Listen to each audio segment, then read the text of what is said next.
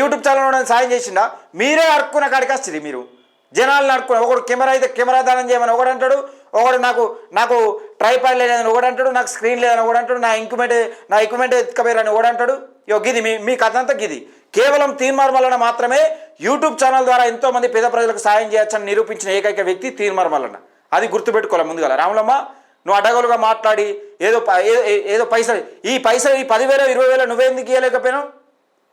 బుద్ధి ఉండాలి కొంచెమన్నా మాట్లాడడానికి. నాకున్న పెద్ద గుండె ఎవరికి లేదు.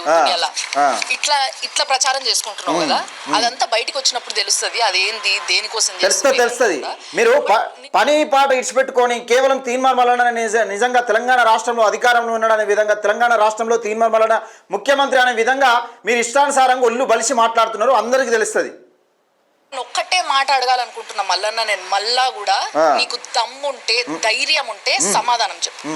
ఆల్రెడీ ఎట్లా కళ్ళు తెరిచింది చూసినావా? అయ్యో ఇట్లా గుడ్డగూపలేక ఇట్లా తెరిచి ఇంత తెరిచింది, ఏమి ఉన్నది గింత అంతా ఇట్లా తెరిచింది కళ్ళు. దమ్ము ధైర్యం ఉంటే నీకు ఎవడు భయపడతాడు? క్యూనిస్కి వందలాది మంది వస్తున్నారు, వాళ్ళని తీసుకుపోయి నీ నెంబర్ పెట్టి నేను కష్టాల్లో ఉన్న వాళ్ళని ఆదుకుంటాను ఒక పిలిపి. మీ ముఖాల కథ తెలుగునదా?